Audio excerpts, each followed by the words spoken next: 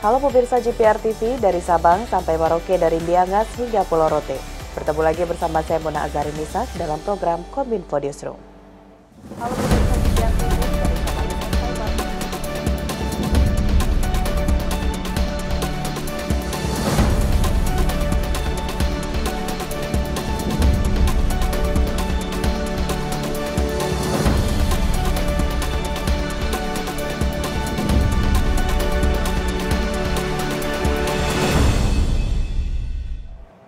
Pemirsa, kita ke informasi pertama. Presiden Joko Widodo kembali menegaskan pemerintah akan menghentikan ekspor bahan mentah ke luar negeri secara bertahap. Hal tersebut disampaikan Presiden pada peresmian pembukaan Kongres 12 Legiun Veteran Republik Indonesia dan Musyawarah Nasional 11 Persatuan Istri Veteran Republik Indonesia tahun 2022.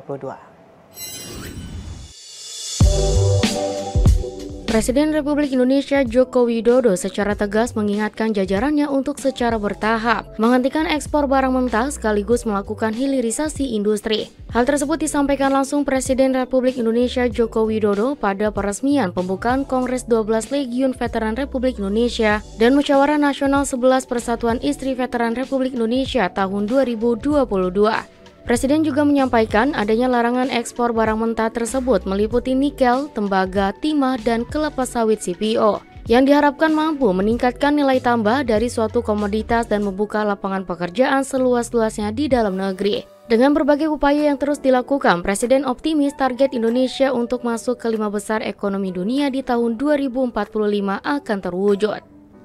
Saya yakin sekarang anak-anak muda kita, SDM kita, saya merasa sudah siap dalam pengambil alian seperti itu.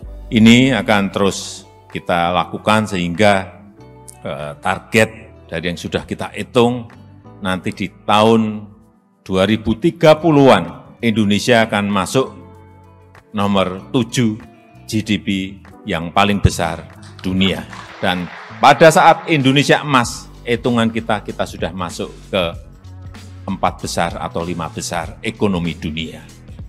Asal konsistensi ini terus kita jaga. Siapapun nanti pemimpin, presiden negara ini, konsistensi itu harus kita jaga dan terus kita ingatkan. Jangan kembali lagi ke ekspor mentah lagi. Hati-hati, kita semuanya harus mengingatkan itu. Tak hanya itu pemirsa, Presiden juga menyuarakan segi ketahanan pangan Indonesia bisa swasembada dan semakin baik dibandingkan negara lain. Presiden meyakini Indonesia bisa terhindar dari ancaman krisis pangan.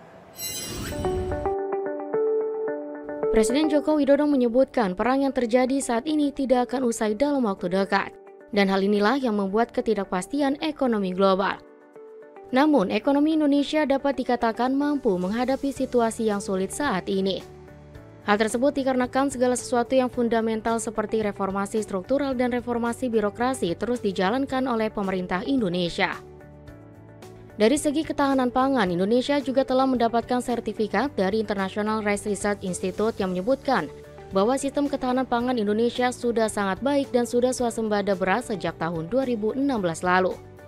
Presiden juga berharap setelah kebutuhan pangan Indonesia dapat terpenuhi dengan kekuatan pangan yang dimiliki, Indonesia dapat membantu negara lain dengan cara mengekspor bahan pangan. Karena hal-hal yang fundamental, reformasi struktural, reformasi birokrasi terus kita jalankan.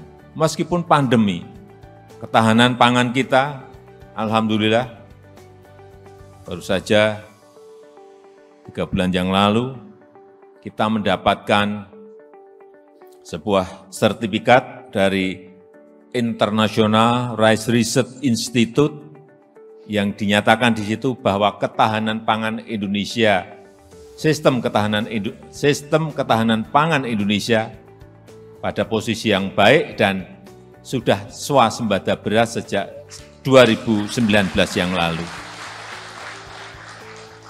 Ini yang harus terus kita tingkatkan, sehingga keamanan pangan di dalam negeri bisa terus kita jaga, dan kalau bisa kita tingkatkan, sebagian bisa kita pakai untuk membantu negara-negara lain, yaitu kita ekspor.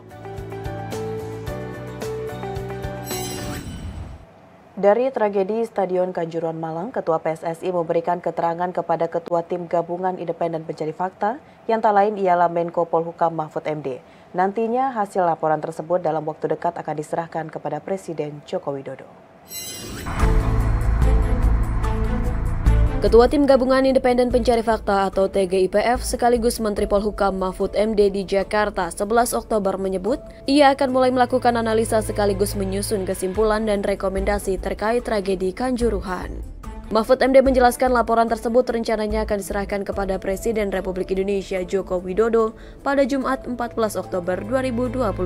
Sebelumnya TGIPF menargetkan akan menyelesaikan investigasi tersebut maksimal 1 bulan. Namun, Presiden Jokowi meminta agar hasil rekomendasi tersebut dapat selesai dalam 2 minggu. Saat ini TGIPF sedang melakukan konfirmasi beberapa hal yang dinilai sebagai kelemahan atau kesalahan dalam penerapan standar peraturan yang seharusnya dilaksanakan pada sebuah pertandingan sepak bola. Bukti-bukti sedang dikaji dan sebagian sedang diperiksa di laboratorium, diantaranya yang menyangkut dengan kandungan gas air mata yang kadaluarsa serta tingkat bahayanya. Bila ada sesuatu yang perlu dikoreksi terkait dengan aturan yang ditetapkan oleh FIFA di dalam pelaksanaan di lapangan dengan kami, maka konsolidasinya di tingkat kami akan kita bicarakan dengan pihak FIFA yang akan mengutus timnya ke sini untuk melakukan penataan ulang terhadap persepak bolaan di Indonesia. Di sisi lain, berdasarkan keterangan Ketua Umum PSSI Muhammad Iriawan, hasil investigasi seluruh pertandingan dari awal hingga akhir berjalan dengan normal sampai wasit meniup peluit panjang tanda pertandingan usai. Dalam hasil investigasi seluruh pertandingan dari awal sampai selesai berjalan normal. 7 menit setelah itu baru ada kejadian. Jadi pertandingan selesai sebetulnya sampai wasit sudah tampil.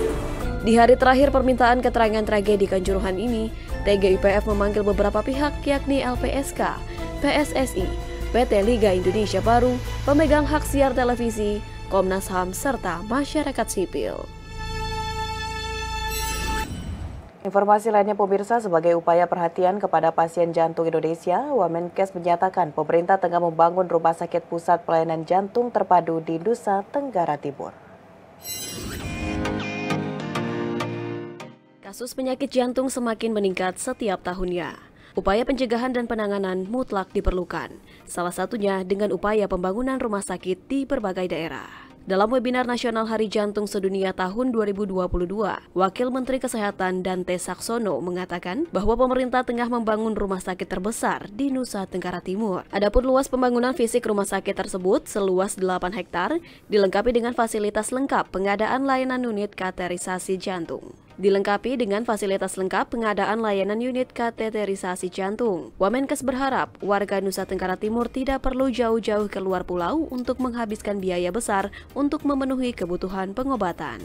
Di Nusa Tenggara Timur kita sedang membuat rumah sakit yang besar rumah sakitnya di Nusa Tenggara Timur. Kita luasnya kalau nggak salah 8 hektar. Dan di sana nanti akan dilengkapi oleh fasilitas kateterisasi jantung.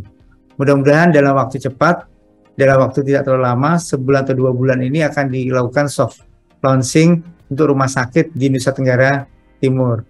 Nanti di dalamnya ada cath lab, mudah-mudahan kita bisa bekerja sama. Sementara ini kita melakukan kerjasama dengan Rumah Sakit Karyadi untuk mensuplai dokter-dokter yang mampu melakukan cath lab. Jadi mohon bersabar Bapak-Bapak dan Ibu-Ibu sekalian, karena segala upaya kita lakukan termasuk memenuhi kebutuhan rumah sakit di daerah-daerah yang sangat terpencil tersebut.